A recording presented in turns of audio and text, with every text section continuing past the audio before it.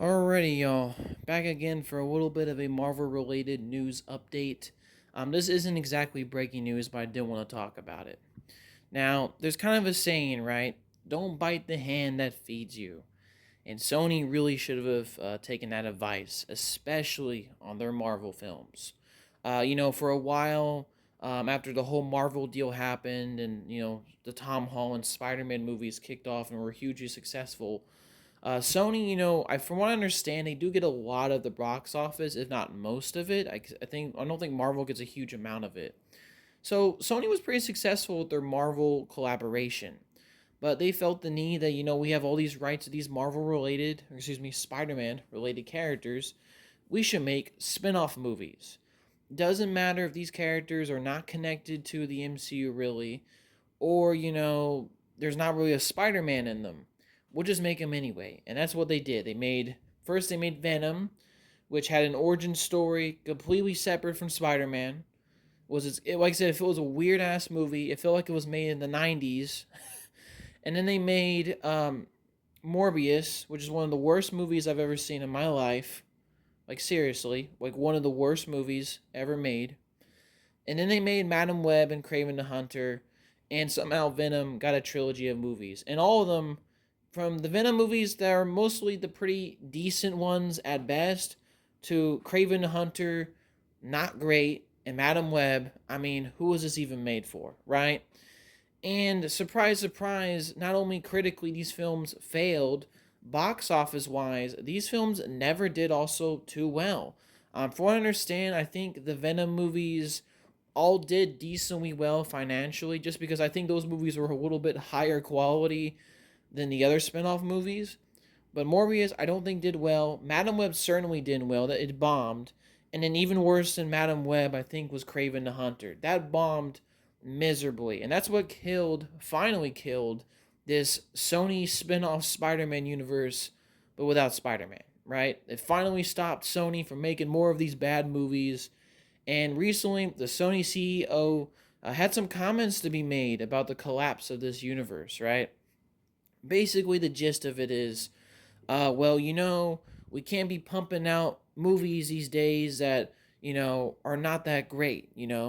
Back in the 2010s, superhero movies were all doing great business. There wasn't a huge standard of quality, but these days you got to add an original quality, and your standards got to be a little bit high. And he kind of mentions other things like, your movie's got to have some emotion or something original about it, something that really draws people to it and makes the movie good. The basic whole gist of what he was saying was we really should just make good movies. We shouldn't just greenlight horrible movies and bad scripts just thinking they're going to do well because they're superhero related.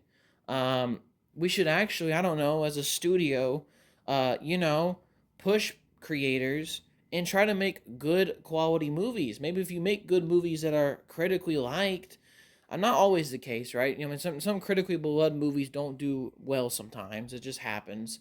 But if you do like a movie that people are interested in, and it happens to be really good, people like it critically, it tends to word of mouth attracts people, and makes more money.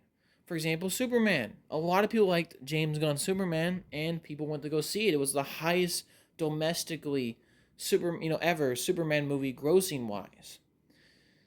I just think these comments, while they're not bad in their nature, I just think in the way he was speaking, like, wow, you just figured out that you got to greenlight good projects and you got to have something original and great about them to be made. It just speaks like someone who's never been in the film business, someone who's never made movies before. Like, what did they do? Did they just get like a very trashy script? And they generally think, oh, this is good. Let's do it. It's just wild to me. It feels like, oh my god, we're figuring out how to make a movie. Like what? Like, I'm sorry if like these people are that ignorant at Sony who can't even comprehend that like we gotta make good quality scripts and movies that have something to be said, something original. The bar has to be set higher. Then you probably shouldn't be in the film business. I'm just being honest. To be fair to Marvel too, recently they've had a lot of their struggles, but Marvel has been kind of changing it a bit. Obviously, financially they've been lacking, but they are trying to fix from their past mistakes and make higher quality movies. Most of the movies they released this year are really good movies, besides Brave New World. So, like I said, you say Sony's got to do the same thing. Now, do I think they're gonna make more Spider-Man spin-offs? No, I think that's done. Craven the Hunter killed the universe, right? It murdered it, like what he would do sometimes in comics where he kill animals. It murdered this universe. But I think lessons from this thing can be taken into future Spider-Man related projects.